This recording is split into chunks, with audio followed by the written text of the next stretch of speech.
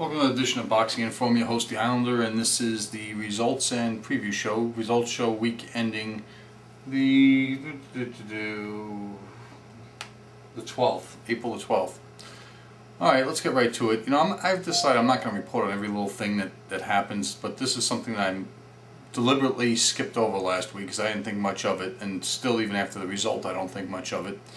Jeff Lacy fought. I guess he is self-promoting now himself, and he fought in the 175-pound division against Otis Griffin, who I guess was the winner of Oscar DelaHoya's boxing reality show that kind of competed with the Contender. I use that term competed loosely. And from what I understand, Griffin may have deserved to have won this fight. I didn't see it, just from what I've read. So Jeff Lacy still has not recovered from the Joe Calzaghe beatdown, and the beat goes on as he was calling out Roy Jones Jr. for an all-Florida showdown. Moving right along, ESPN Friday Night Fights. Hector Sanchez, who's 6'2" and fights in the 140-pound division, was taking on DeMarcus Chop Chop Corley, and he found himself on the canvas nearly face first from a right hand from underneath from Corley. In a fight that I thought for sure Corley was going to win, he was robbed. And funny thing about it is that ESPN with Teddy Atlas and Testator had DelaHoya ringside, and DelaHoya, who promotes Sanchez, even admitted he thought that Corley deserved the decision. And that brought us to the main event, which had me flipping the channels around, in which David Lopez, another Golden Boy product, was taking on Ozzy Duran, and he eked out a 10-round decision in a just ho-hum type of a fight that, you know, if you turn on ESPN Classic to watch, you know, some fight like maybe Muhammad Ali versus George Foreman or something like that, you really didn't miss that much. And that brings us to Saturday night's card on HBO, which turned out to be give me just about as much as, or if not a little bit more than what I expected out of it. Chris Aereola got to show off to a roaring start, throwing everything but the kitchen sink at Jamil McCline, except for a couple of moments in the third round where he got clipped real hard with a left hook from McCline. It was all Aereola, and he got himself right on top of McCline in the fourth round, scored a vicious right uppercut and then two overhand rights, and McCline went down against the ropes and decided to take the 10 count. What's the takeaways from this? Well, Aereola came in weighing over 250 pounds, 255, 256, somewhere in there. Looks the part of a slob, even though he can fight. And McCline wasn't much better, coming in at like 270, although he's got a much bigger frame and can carry it a little bit better. Do I think that he's a legitimate threat in the heavyweight division? Absolutely. Do I think that at this point in time he will unseat one of the Klitschkos? Vitali? Absolutely not. Vladimir? Probably not, but a better chance. The same chance that David Haye has against Vladimir when they get this fight on. What I would really like to see is Aereola versus David Haye and see what would happen. That would be interesting, wouldn't it? The main event did not go the way I thought it was going to go. I believe in the preview video I picked Williams to win the fight, to outwork Wright. I didn't realize he'd beat him 11 rounds to 1 or 10 rounds to 2 or 12 rounds to nothing. A career-defining win for Paul Williams, a very impressive win. I was very impressed with a couple of things with him. One, I was unsure whether or not he was going to be able to fight going backwards, and Winky made him fight going backwards. Now, it's a little bit different because Winky Wright has never been a true puncher, I mean, of any sort, and he tried to out-muscle and out-bomb Williams, which, you know, volume just, you know, you hit enough singles and doubles, it's going to, you know, win you the game. And Wright is not a home run hitter, and I was very impressed with. I was impressed with Winky, the way he fought after being off for 23 months or 21 months or whatever it was.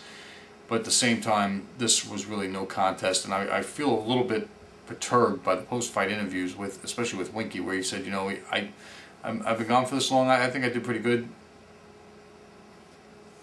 Listen, I wouldn't want to see what would happen if you were in there with Calzaghe. I mean, it's just, let's be clear about that.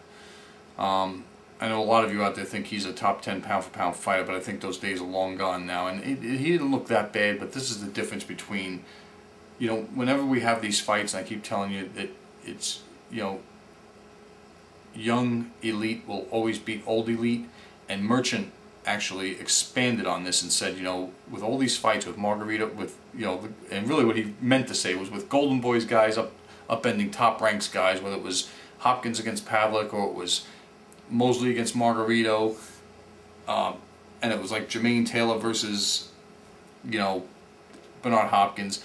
The younger guy with the faster hands that was moving around and not coming forward was the one who won the fight.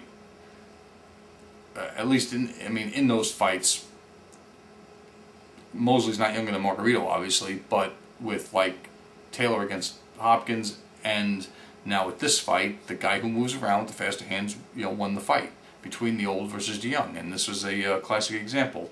You know, generally I just try to paint a bold picture and say, you know, look, it's, you know, young elite will beat old elite, but it's not always the case.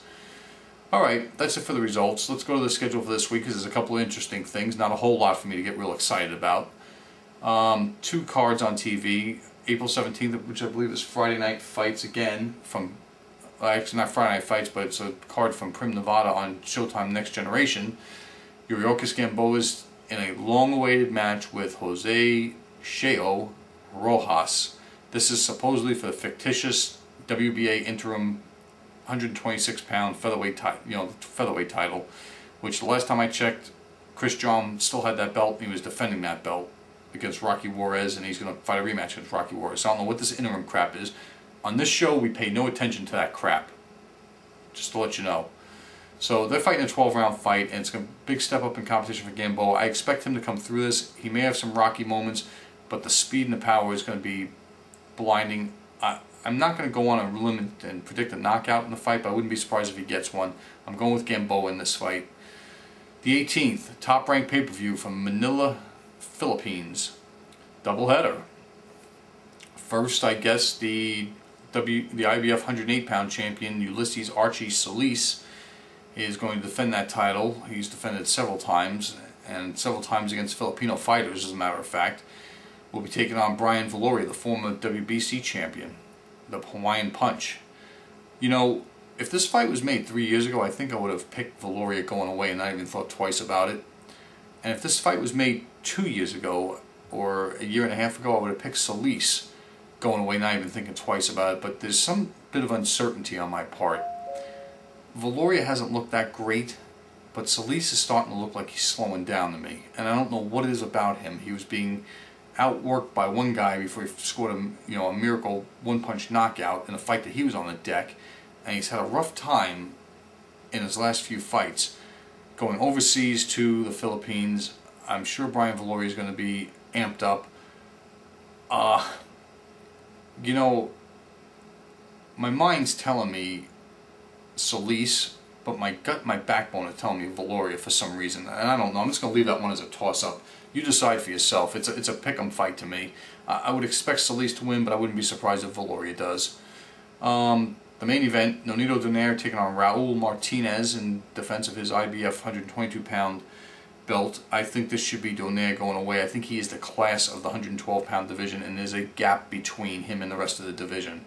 Omar Narvaez, who is the longest reigning champion in that division of Argentina, who holds the WBO belt, I think will pose the most threats to him, because he is a southpaw brawler who knows how to use his lack of height to his advantage, and experience for that matter. But I think that Donaire is the class of this division. You know, Pangla Sakwanjan I think is fighting for one of those crappy interim belts that Naito holds, and Naito's beating him. And I don't think any of those guys can really compete with Donaire when he's at his best. That's just my opinion. I'm very impressed with him, and I'm looking for him to win this fight wide, if not by his stuff. I don't know much about Martinez. I probably should have looked him up to look over his record to see who he has fought. But I'm just going to go off of my gut here and say that Donaire is going to win this fight going away. All right, couple of things in the news. Something I did not get a chance to squeeze in because I was trying to squeeze in a lot in the last 2 shows last week. Word has it that Vic Darchinyan and Gary Shaw have signed a fight and come to an agreement with Don King sometime late this spring, early summer, to have Vic Darchinyan take on Joseph King Kong Agabiko of Ghana, who, remember, wrested the title from Luis Perez and had that awesome title defense on the undercard of Thomas Adamak against Steve Cunningham.